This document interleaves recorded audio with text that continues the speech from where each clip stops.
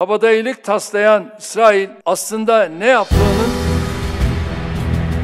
ইসরায়েলের লাগাতার হামলায় ধ্বংসস্তূপে পরিণত হচ্ছে গাজা উপত্যকা। শিশুদের কান্না, নারীদের আহাজারি আর বিধ্বস্ত শহরগুলো যেন নীরব সাক্ষী হয়ে আছে এক ভয়াবহ মানবিক বিপর্যয়ের। বিশ্বজুড়ে একের পর এক দেশ এর বিরুদ্ধে প্রতিবাদ জানিয়ে সম্পর্ক ছিন্ন করেছে ইসরায়েলের সঙ্গে। এর ব্যতিক্রম নয় তুরস্ক। গত বছরই দেশটি ইসরায়েলের সঙ্গে কূটনৈতিক সম্পর্ক ছিন্ন করে, আর এবার আরও কঠিন হুঁশিয়ারি দিয়েছে তুরস্ক। নেতানিয়াহুর বাহিনীর অস্ত্র কিনে যুদ্ধ চালিয়ে যাওয়াকে থামাতে এবার অ্যাকশনে নামছে তুরস্ক।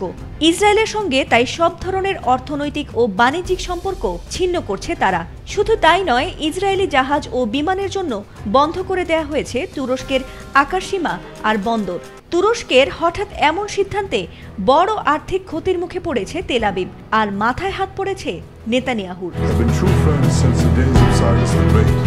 আল জাজিরা ও আনাদোলু এজেন্সির প্রতিবেদন অনুযায়ী তুরস্কের পররাষ্ট্রমন্ত্রী হাকান ফিদান দেশটির পার্লামেন্টের এক বিশেষ অধিবেশনে বলেন, ইসরায়েল গত 2 বছর ধরে গাজায় গণহত্যা চালিয়ে যাচ্ছে।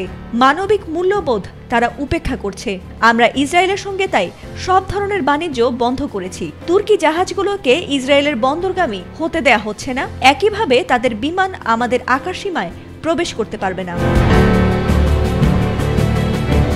2023 সালে তুরস্ক ও ইসরায়েলের মধ্যে প্রায় $7 বিলিয়ন বাণিজ্য চুক্তি হয়। তবে গত বছরের মে মাসে তুরস্ক সরাসরি বাণিজ্য বন্ধ করে দিয়ে যুদ্ধবিরতি এবং গাজায় মানবিক সাহায্য প্রবেশের দাবি জানায়। তুরস্কের প্রেসিডেন্ট রিসেপ তাইয়েপ এরদোয়ান একাধিকবার ইসরায়েলের কর্মকাণ্ডকে গণহত্যা আখ্যা দিয়ে ইসরায়েলের প্রধানমন্ত্রী বেনিয়ামিন নেতানিয়াহুকে হিটলারের সঙ্গেও তুলনা করেছেন।